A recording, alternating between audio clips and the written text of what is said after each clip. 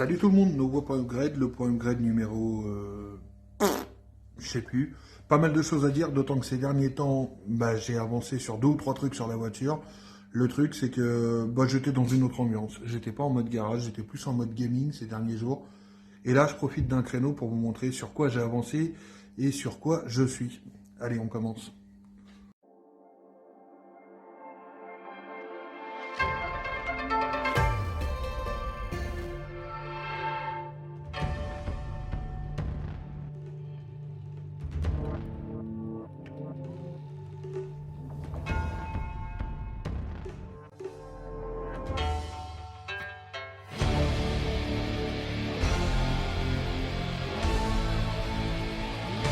Donc, pour commencer, ce fameux train arrière. Alors, pour les plus observateurs, vous allez sauter au plafond, parce que vous allez voir, moi je vois plus que ça maintenant, que la peinture a pris cher dans sa gueule.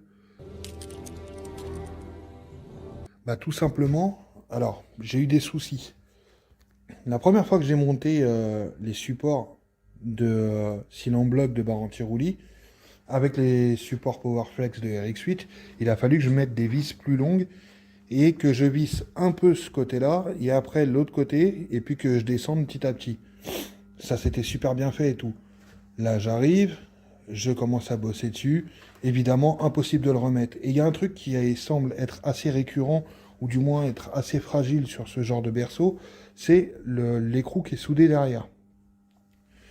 Donc, je vais pour le remettre. D'ailleurs, on peut voir que tout ici, c'est un peu frotté et tout, parce que j'en ai chié comme c'est pas permis pour essayer de remettre ces cils en bloc qui sont un peu plus gros, forcément, c'est ceux des RX8.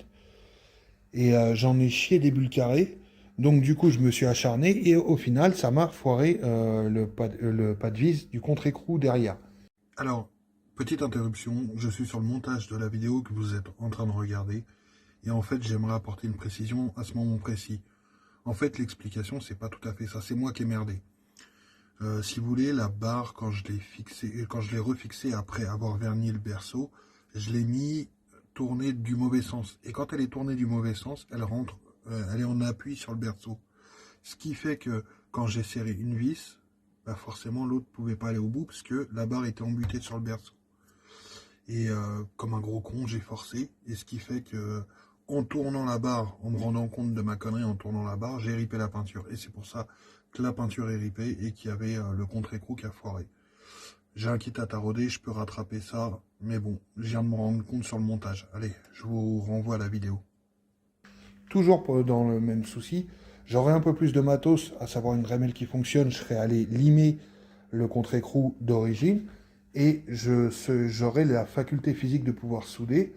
Je vous rappelle qu'avec mes yeux, c'est hyper dangereux, mais j'ai le matos. J'aurais soudé un contre-écrou propre, neuf, et puis hop, c'était reparti. Malheureusement, je ne peux pas. Donc ce que j'ai fait, j'ai mis un autre contre-écrou derrière. Puis je vais en mettre un aussi ici, dans un souci d'équité. Euh, voilà. Donc ce qui me perturbe, c'est qu'à chaque fois qu'on monte des pièces, malgré que... oui, parce que ce que vous n'avez pas vu, j'avais fait d'autres petites vidéos, mais je n'ai pas publié. J'ai verni tout le berceau. Donc j'avais démonté mes cylindres blocs Powerflex, parce que pour une raison... que je ne saurais pas vous expliquer, j'avais peur que le vernis, qui est une bonne qualité, attaque, je sais pas, ou du moins, je sais pas, ça me plaisait pas des cils en bloc sur lesquels j'ai balancé du vernis. Donc j'avais enlevé ça et puis les biellettes de bord anti-roulis, puis j'avais tout verni. Donc vraiment j'ai balancé la dose, hein. Là vous le voyez pas forcément, mais j'avais fait une vidéo où j'ai passé à peu près 7 ou 8 couches juste sur un côté. Donc voilà. Et au moment de réassembler, j'ai eu la petite péripétie avec ça. Mais maintenant, ça tient, c'est solide, ça bougera pas. Ça, c'est sûr, il y a 2 écrous, donc voilà. Donc j'ai remonté ça, il n'y a pas de souci, comme ça devrait être. Maintenant, il me reste les rear front, donc, parce que là, j'ai les barres, les bras de liaison, rear, donc arrière, arrière, parce que là, c'est l'avant du... Ça va vers l'avant de la voiture. Il me manque les rear front à acheter, et puis après, je pourrais monter mes fusées qu'il y a là. J'ai toujours pas de support d'étrier qui irait dessus, mais visiblement j'ai pu comparer sur une ENA qu'il y avait chez un de mes sponsors, et de mes anciens sponsors quand on courait en drague. Et visiblement, ça serait compatible avec des supports d'étrier de NA. Mais il faut qu'on m'en prête pour que je puisse essayer. Il est hors de question que j'achète un support d'étrier encore et que ça soit pas le bon. Bref, de ce côté-là, c'est bon. Ce que je vais devoir acheter, c'est les deuxièmes bras de liaison et la visserie pour celle qui me manque pour avoir de la visserie propre. Mais bon, globalement, bah voilà, le taf est fait, c'est beau. Mais enfin, oui, ma voix a tremblé quand j'ai dit c'est beau, puisque j'ai ripé un peu partout et à chaque fois que je fais un ripage, quand on assemble la pièce ou quoi, et que ça m'abîme malgré toutes les couches de vernis et de peinture, que ça m'abîme, que ça me fait une petite griffure, bah, je rebalance un coup de bombe derrière, mine de rien, ça protégera ce que ça protégera, mais voilà. J'ai laissé les bras assemblés quand j'ai verni, parce que je me dis que bah si ça peut rajouter une protection sur les bras, bah allons-y. Et puis voilà. Ensuite. Alors ensuite, on se retrouve à l'intérieur de la bagnole. Désolé, c'est un peu sombre. Pour le câblage, un petit peu, la suppression du Neumann et tout. Alors, je m'étais fait un schéma avec, on s'était fait un schéma avec François quand il m'avait supprimé le Neumann de ma caisse de drague. Donc là, c'est François. Pour les différencier, parce que je parle toujours de François, mais il y en a deux. Il y a François BM et François Corvette. François Corvette, c'est celui qui m'aide le plus parce qu'il a énormément de compétences. Mais François m'aide à sa façon aussi. Bref, on n'est pas là pour faire la biographie. Oh, biographie! Là, on en est où? On en est que, donc, le circuit. Donc, le Neumann n'est pas encore supprimé. Voilà, on a le bouton Start qui s'allume déjà. Alors, pour faire le point sur tout ça, où qu'on en est? Bah, on en est que, je vous disais, on s'était fait un schéma avec François sur ma voiture de drague qui était une 323F MK4 BG.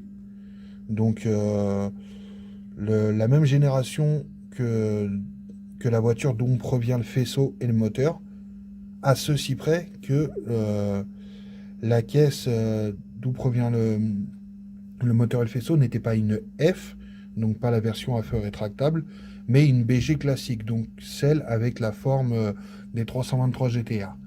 Et il semblerait, d'après les premiers aperçus que j'ai fait, enfin que j'ai pu voir en photo, parce que j'ai pris des photos des câbles pour bien les zoomer et dissocier, et bien visiblement il y a des couleurs qui diffèrent par rapport à la F, ce que je trouve très étrange, puisque c'est pas le genre des Japonais de faire 20 000 versions, on n'est pas sur une française, donc bon.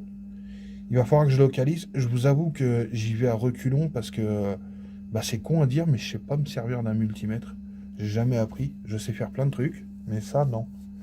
Bah, plein de trucs, je sais pas faire aussi, hein, forcément, mais ça, je ne sais pas. Donc, du coup, même si François m'aide par message vidéo interposé et puis me fait des schémas et tout, bah, je vous avouerai que je stresse typiquement.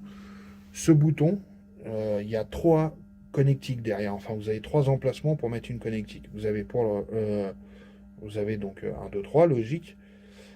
Il y en a un, c'est pour, attendez que si c'est pas de conneries, de la masse, forcément. Le plus que vous voulez relier. Et puis l'autre, c'est pour faire le contact. Enfin, ça repart vers le démarreur. Et donc, François me fait un schéma qui m'envoie par WhatsApp. Rien de très compliqué, c'est même enfantin. Il y a 3 entrées, enfin 3 slots. Ok, pas de souci. Sauf que, bah, une fois de plus, ma vue m'a joué des tours. Et que sur son schéma, j'ai, à la place de voir marqué 2, c'était écrit en manuscrit, hein, pas informatiquement.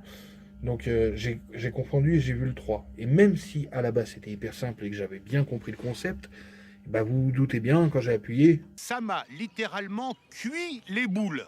heureusement c'est qu'un fusible. Mais bon, donc j'ai corrigé le problème, c'est réglé. Maintenant, l'idée, c'est que ce faisceau, je le cherche depuis un paquet de temps. Et j'ai pas envie, si vous voulez, que ces 2-3 ans de boulot que j'ai fait sur la voiture, ça fait bien plus longtemps que je suis dessus, mais je m'occupais de l'Astina quand j'avais encore l'Astina, et donc celle-ci, je m'en occupais vraiment, mais vraiment quand j'avais 2 secondes et quand j'avais envie, donc inutile de vous dire que c'était rare que je me motive. Mais du coup, maintenant, je suis que sur celle-là. Et inutile de vous dire que depuis 2-3 ans que je me focalise que sur celle-là, j'ai pas envie de, comment dire, risquer de cramer le faisceau et de devoir tout recommencer. Parce que concrètement, là, je bosse sur absolument tout sur la voiture et rien n'est terminé complètement. Bah, le swap est fait, il est fonctionnel, mais il faut que je check si le moteur va bien. Euh, L'électricité, on est en plein dedans. Il y a plein de trucs qui sont déjà faits, mais on est en plein dedans. Il faut encore faire l'arceau, j'ai encore l'antenne à câbler. Il me reste toujours des trucs. Les feux, c'est bon, mais il me reste les répétiteurs d'ailes à câbler. C'est toujours des détails, mais c'est toujours des trucs qui me restent à faire. Donc, ce qui me ferait chier, encore, ça serait un faisceau qui serait répandu. J'aurais les moyens de m'en reprendre et tout. Je dirais, bon, bah, je teste, et puis ça grille, j'en reprends un. Puis je le réinstalle, mais honnêtement, non. Non, en vrai, non. Donc j'y vais à reculons. Il faut que j'apprenne à me servir du multimètre d'abord et que j'apprenne à repérer quel câble et quel câble. Après, c'est pas dur, hein, vous avez, je sais pas si on arrivera à les voir, derrière le Neumann, 6 connectiques, enfin 6 fils qui arrivent, pardon, 2 connectiques, 6 fils. Il y en a un, c'est le plus permanent, l'autre, c'est le plus après contact. Il y a les deux crans du contact, il y a le démarreur et puis je sais plus quoi. C'est pas bien dur. Mais voilà, j'ai peur de tout cramer, donc c'est vrai que j'y vais à reculons. Bon, là vous allez me dire du coup pourquoi il s'allume. Bah, là il est relié, donc le plus, je vérifie mon truc, voilà. Le plus est relié sur un après-contact, en l'occurrence là le fil de l'horloge, parce que entre temps j'ai refait le plus de la boîte à fusibles, qui est avec un vrai gros câble qui part du coupe-circuit. Le câble est monstrueux, c'est un câble de compétition sono là. Olivier! Qui part du coupe-circuit à la boîte à fusible homemade. Et du coup, le plus de l'horloge qui allait à la boîte à fusible, je l'ai mis là pour alimenter la loupiote. Mais c'est vrai que je me suis dit que le fil étant très fin, quand je vais le relier, parce que là, il me reste concrètement qu'un fil à relier, c'est celui du démarreur. Quand je vais relier à celui du démarreur et que je vais mettre un coup comme ça, c'est sûr que Ça va péter! le fil ne va pas aimer. Donc, il faut que j'enlève le fil de l'horloge, que je repiquerai certainement sur une de mes instrumentations, qui sera dédiée juste pour l'éclairage. Il faut que je l'enlève et puis que je reprenne sur le Neumann le plus après contact. Donc ça, c'est pas bien dur, encore une fois. Dans le principe, tout est simple, mais j'ai vraiment peur de tout griller. D'autant que là, je touche plus ou moins au but, parce que tous les chantiers que j'ai entamés sur la voiture sont avancés, on va dire, à 80-90% pour la plupart. Et voilà, je sais pas, quand je le sens pas, bah c'est peut-être être superstitieux, mais je teste pas parce que voilà, j'ai pas envie de tout griller. Et puis il faut que je rachète des boutons, parce que là il y a longue portée anti-brouillard, et puis ici, enfin pas des boutons, des interrupteurs type aviation. Je vais en prendre, j'en ai vu des assez stylés qui sont différents de ceux-là qui sont très basiques. Qui sont assez stylés, qui sont rouges et puis qui ont l'air de s'allumer au niveau de l'endroit où on lève en fait, enfin où on met le doigt, ce qui du coup dans le noir serait plutôt pas mal. Il faut que je recommande ça et laissez-moi. Alors je vais faire une petite interlude pour vous parler de ma commande GT2i. Donc GT2i, ça fait un moment, très longtemps que je commande chez eux. D'ailleurs, j'ai même 2 comptes, je sais pas comment ça se fait, mais bon, même eux, ils savent pas comment ça se fait. Mais j'ai 2 comptes chez eux. Et le truc qui est super cool, c'est que ils sont, enfin depuis le temps que je commande chez eux, j'ai des sortes d'arrangements avec eux pour payer en 4 fois sans frais et commencer les paiements en décalé par rapport au moment où je commande les pièces. Ce qui m'a permis depuis que je fais ça de prendre ma Groupen chez eux, de prendre, qu'est-ce que j'ai pris, le Cric dernièrement, et là je suis reparti sur un 4 fois sans frais qui commencera à partir du mois prochain, sur Decos, donc je vous en ai parlé dans la vidéo précédente, Decos pour câbler ça là justement, le bouton start que vous venez de voir qui lui est tout neuf, la clé à choc qui visiblement marche du feu de Dieu. À voir comment elle tient dans le temps par rapport à une Ryobi, mais elle marche bien. Le tube d'échappement, qui en plus, j'avais un doute sur le diamètre, bah ça s'emboîte nickel avec ma Groupen, donc je suis ravi. Et une bombe de vernis, donc avec laquelle j'ai fait le berceau. Et magnifique, magnifique, honnêtement, gros respect. Je peux pas. il y a très longtemps de ça, quand je faisais l'Astina, je m'étais adressé à GT2I pour proposer. On avait fait un shooting photo avec des mecs qui touchaient un peu en photo. J'avais proposé, bah, ma voiture a des stickers GT2I, j'achète mes pièces chez vous, si vous voulez, mettez-la en photo sur votre site.